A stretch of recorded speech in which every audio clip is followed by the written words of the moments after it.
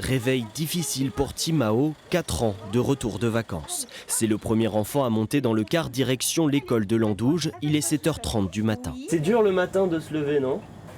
Oui, c'est dur pour se lever. Il faut aller récupérer une dizaine d'élèves de maternelle et de primaire. Une boucle de 17 km parcourue en 45 minutes. Et c'est pas trop long? Si, un peu quand même. Le car, ça prend longtemps à chercher les enfants et du coup, des fois, je m'endors. Bonne journée, à ce soir. Pour animer le voyage, il y a Corinne, accompagnatrice depuis 11 ans. C'est ok. Allez. Mon rôle le matin comme le soir, c'est d'accueillir les enfants à la montée du car, de vérifier donc leur carte. Et ensuite, dans le car, je veille à ce que les enfants soient calmes. On ne peut pas les empêcher de parler, mais qu'ils soient calmes.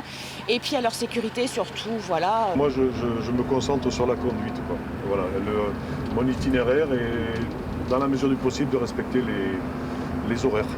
C'est confortable, très confortable d'avoir une accompagnatrice.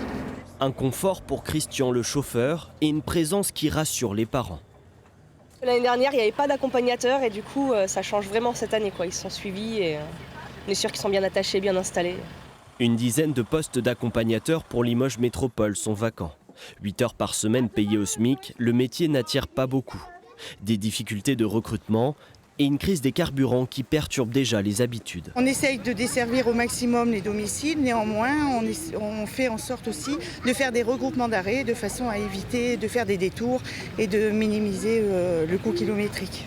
Malgré l'inflation, la métropole assure qu'elle n'augmentera pas les tarifs du transport scolaire à la rentrée prochaine.